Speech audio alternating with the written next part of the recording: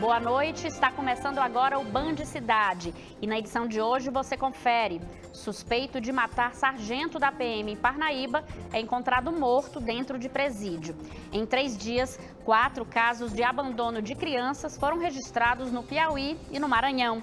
O Tribunal Superior Eleitoral mantém registro de candidatura de Gustavo Henrique ao governo do Piauí, mas decisão final caberá ao TRE do próprio estado. E mais, Conselho Nacional de Trânsito aprova novas regras para a fiscalização da lei seca. Tudo isso e muito mais você acompanha a partir de agora no Band Cidade.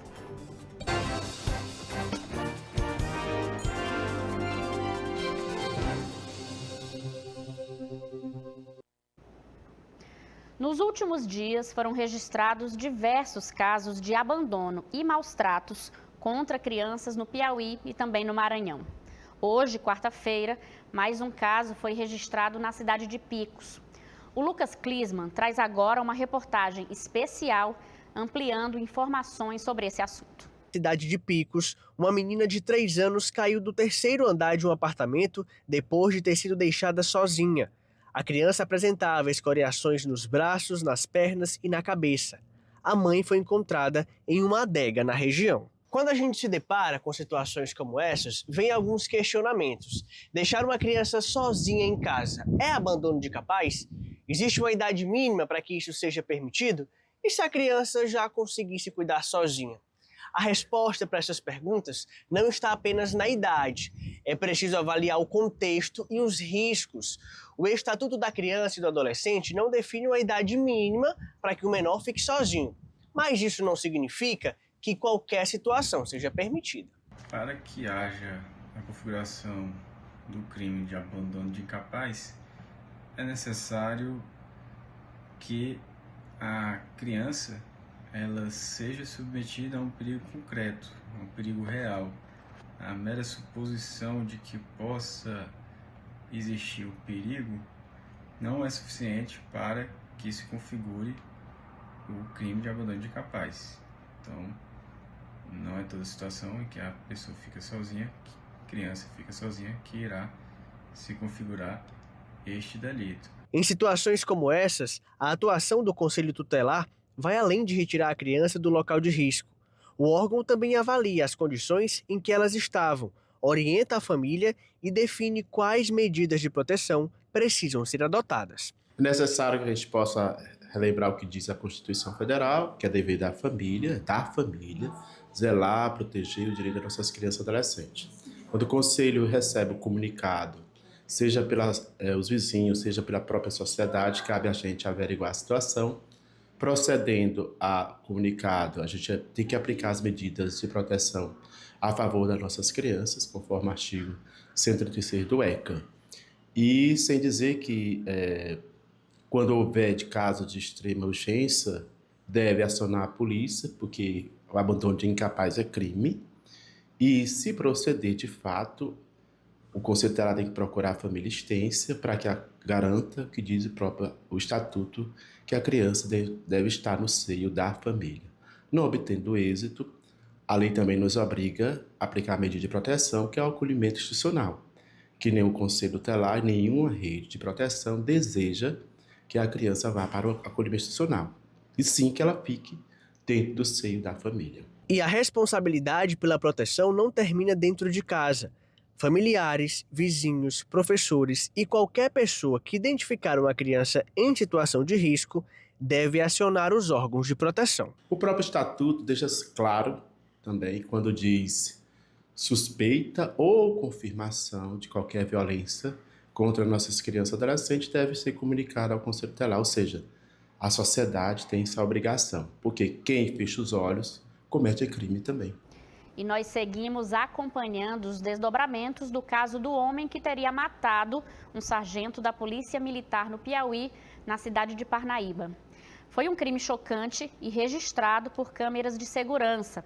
Pois é, hoje a gente traz a notícia de que esse homem foi encontrado morto na penitenciária Bispo Sebastião Alves de Souza, na cidade de Buriti dos Lopes. Mas a informação foi confirmada pela Polícia Civil do Piauí. Quem traz mais informações para a gente é o repórter Ilken Silva. Olha, isso mesmo, viu? Atualização sobre o caso da morte, do assassinato, na verdade, do sargento Arnóbio, que aconteceu na última sexta-feira aqui na cidade de Parnaíba, né? Um caso que repercutiu nacionalmente. O fato aconteceu, como eu falei, na última sexta-feira, e o principal suspeito, identificado como Lucas, o Camaleão, acabou se entregando, na madrugada de sábado para domingo.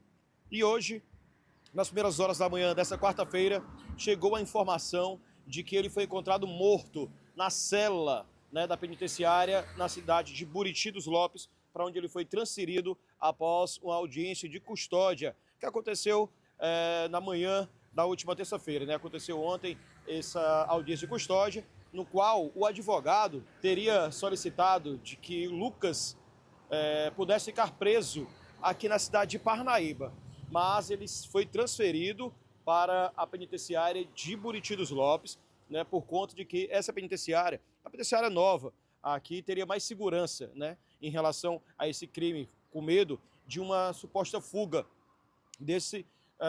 do homem que praticou esse assassinato contra o sargento Arnóbio da Polícia Militar aqui em Parnaíba. Nós conversamos por telefone com o delegado da Polícia Civil, Herbert Santos, e ele confirmou realmente a morte do Lucas, o Camaleão. Foi encontrado morto, mas por se tratar de um suicídio, ele preferiu não gravar entrevista.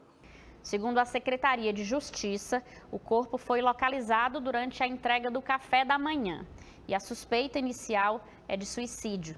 A Polícia Judiciária, a Perícia e o IML, além do Ministério Público, já foram acionados para os procedimentos necessários para descobrir o que de fato aconteceu com esse suspeito de assassinar o policial.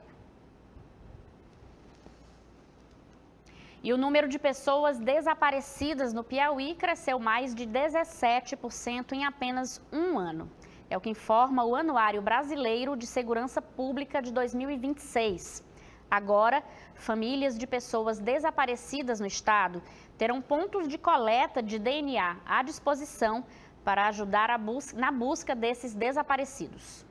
Ao todo, são 10 pontos distribuídos nas principais cidades aqui do estado e essa é uma ação nacional que mobiliza as forças de segurança para ampliar a identificação das pessoas desaparecidas. Aqui ao nosso lado está a Adilana Soares, ela que é perita criminal e gerente do Instituto de DNA Forense da Polícia Científica do Piauí. Está aqui ao nosso lado. Adilana, muito bem-vinda aqui à TV Band Piauí.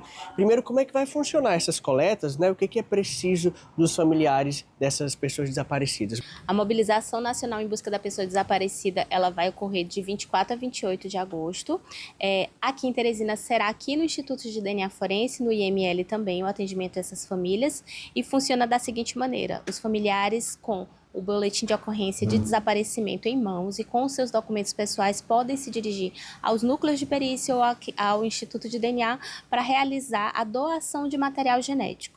Esse material ele será processado, obtido o perfil genético dessa pessoa e inserido num banco nacional em busca de solucionar eventuais desaparecimentos. Agora, que tipo de materiais genéticos, por exemplo, são esses que a gente está falando? Cabelo, saliva, o que seria?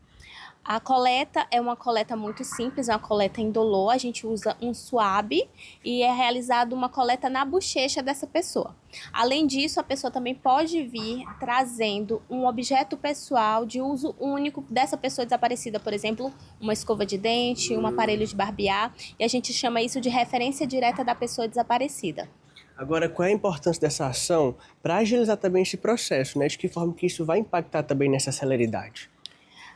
Essa ação, ela visa justamente ter esse cadastro desses familiares e caso tenha uma entrada lá de um vestígio que estava represado no IML de uma pessoa desaparecida sem identificação, esses dados serão cruzados. Isso vai trazer agilidade nessa identificação.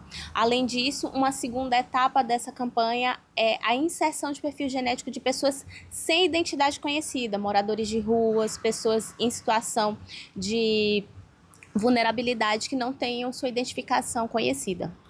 E veja no próximo bloco, TSE decide manter registro de candidatura de Gustavo Henrique ao governo do estado, mas decisão final caberá ao TRE Piauí. A gente volta já.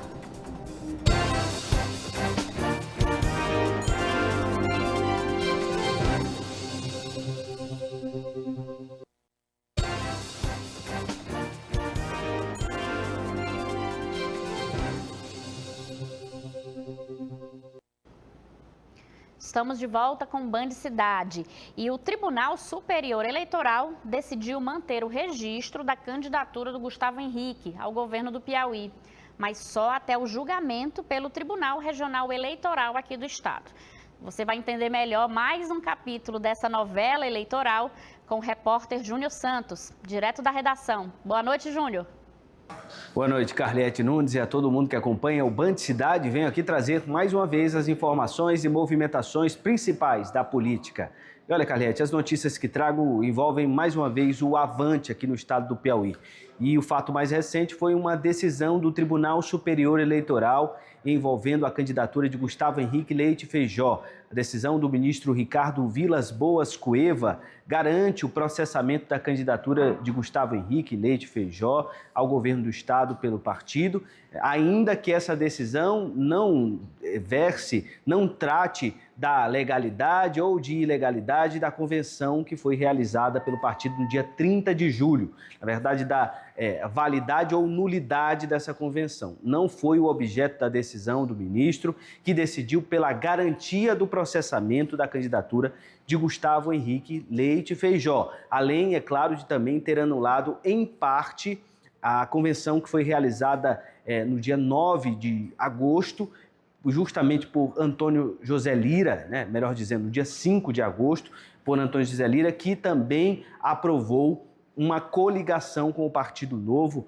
uma coligação aí em que Antônio José Lira é candidato ao Senado e o Partido Avante estaria ali em uma coalizão política apoiando a candidatura ao governo de Eliseu Aguiar pelo Partido Novo.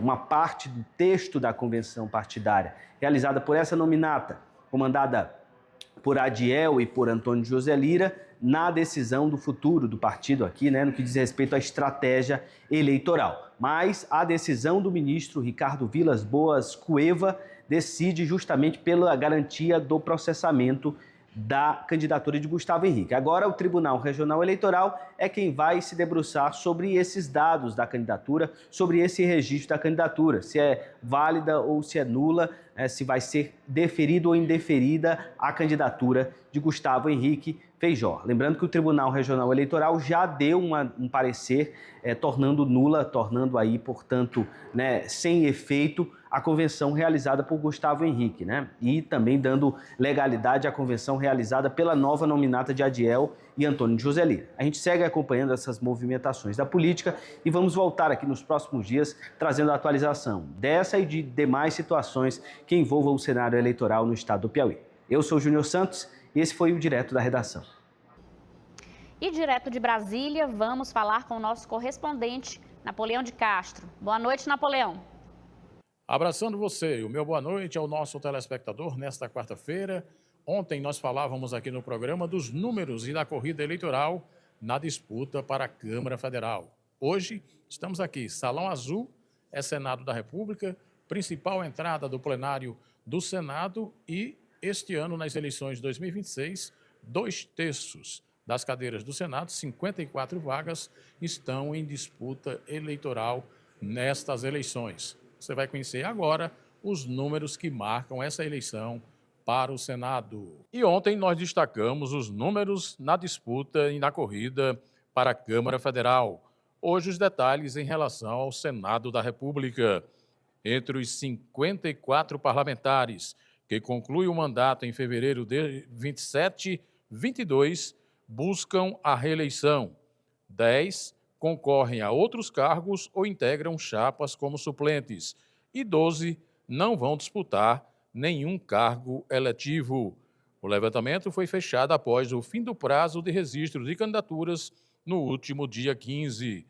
Das 54 vagas em disputas, 22 não vão disputar o mandato, não concorrendo à reeleição.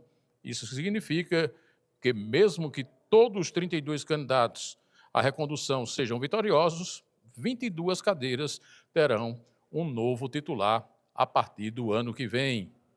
Há ainda 12 parlamentares que encerrarão o mandato sem disputar qualquer cargo eletivo. Desses, 7 integram a base do atual governo federal. As informações de Brasília, exclusivo para o Band Cidade, do Senado da República, Napoleão de Castro. O Prêmio Band Cidades Excelentes, que reconhece as melhores iniciativas na gestão dos municípios, teve as inscrições prorrogadas. Confira. O Prêmio Band Cidades Excelentes 2026 está na sua 6ª edição, reconhecendo as melhores gestões municipais do Brasil. O indicador avalia critérios como eficiência fiscal, educação, saúde, governança e novidade deste ano, segurança pública. As inscrições para prefeituras se encerram em 31 de agosto. Acesse o QR Code para mais informações. Embora cidades maiores como Teresina, Parnaíba, Picos e Floriano concentrem mais recursos econômicos, cidades pequenas como Olho d'Água do Piauí, Pedro Laurentino e São Félix do Piauí se destacaram mesmo com populações inferiores a 3.000 habitantes, mostrando que não é o tamanho da cidade que determina a qualidade de vida de seus moradores, mas sim as boas práticas administrativas de seus gestores. Participe! E veja no próximo bloco, o Conselho Nacional de Trânsito aprova novas regras de fiscalização da lei seca em todo o país. Voltamos em instantes.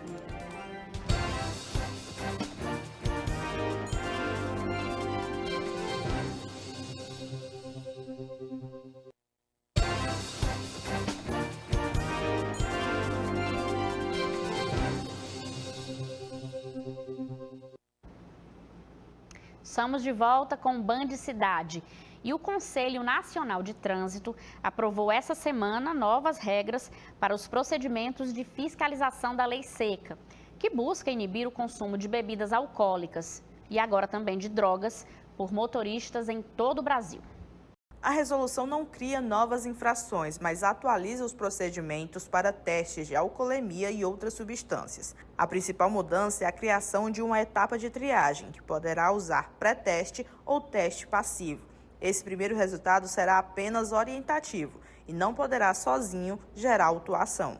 A norma também define quando será necessário repetir o teste, inclusive em casos de possível álcool residual na boca, como após o uso de enxaguante bucal ou consumo de alimentos com álcool. Quando houver autuação, os agentes deverão registrar pelo menos 2 sinais de alteração da capacidade psicomotora do motorista.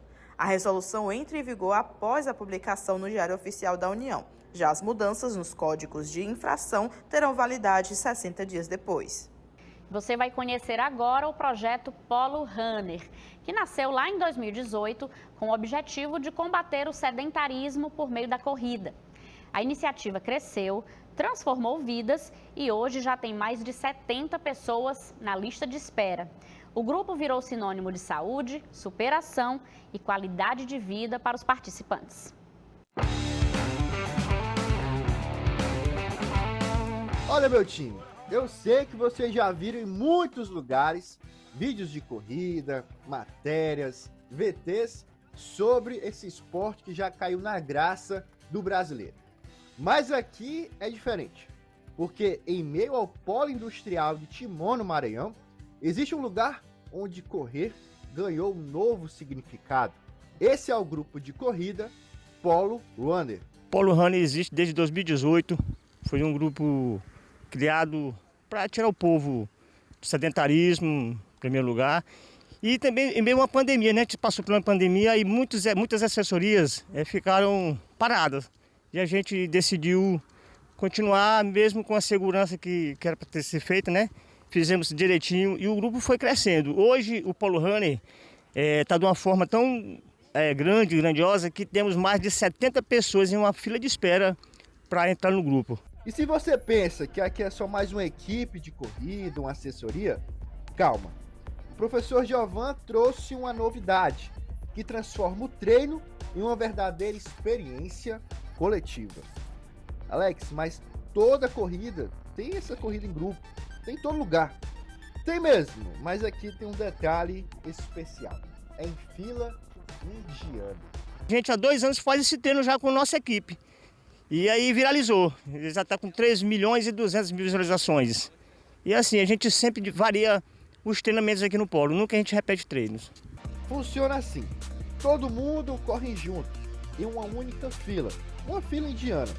até que o último corredor dessa fila acelera, dá aquele sprint, a famosa corrida mais rápida, ultrapassa o grupo e assume a ponta.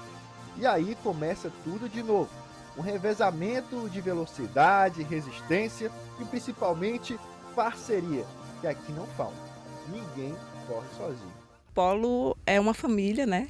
Eu já estou aqui há 4 anos e é um lugar fantástico.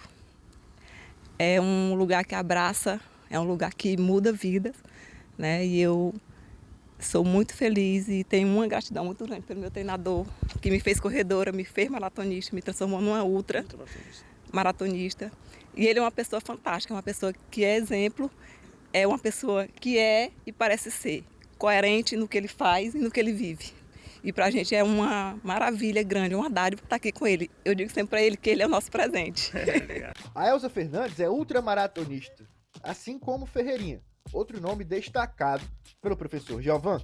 Atletas que descobriram que na corrida o maior adversário não está ao lado, mas sim dentro de cada um. Superar você mesmo. Eu era a Elza que não corria, né? Já praticava atividade física e musculação, mas eu não corria, eu bebia, né? E hoje eu sou a Elza que sou atleta, amadora, deixei o álcool, né? E isso para mim, se me perguntarem hoje qual foi a melhor mudança disso tudo, dos 4 anos que eu estou aqui, foi a bebida. Que eu deixei naturalmente, sem pressão, o corpo foi rejeitando, foi chegando os treinos aí, não vou sair hoje porque amanhã tem treino, e isso foi acontecendo naturalmente. Então, para mim hoje, a minha maior graça aqui é deixar de beber. Tem até o pastor, que antes do culto tem que vir aqui, né? Abençoar a galera e também fazer sua corrida. Nós estamos aqui há muito tempo aqui fazendo um trabalho especial, né, com as pessoas para que nós possamos ter qualidade de vida. Isso aqui é muito importante, né? Quanto mais você tem atividade física, melhor para a sua saúde física, mental e espiritual. É por isso que aqui é o Polo Runner, mas também poderia se chamar Pod Runner, porque aqui tem gente que já ganhou várias medalhas, é acostumado a subir no pódio, correr de verdade, mas acima de tudo, o mais importante, vencer na vida, a superação, o sedentarismo, o seu vício. Aqui tem campeões na corrida e campeões na vida. E essa edição do Band Cidade fica por aqui. Você acompanha a partir de agora o Jornal da Band. Mas amanhã a gente se encontra novamente às 18h50 no Band Cidade. Até lá!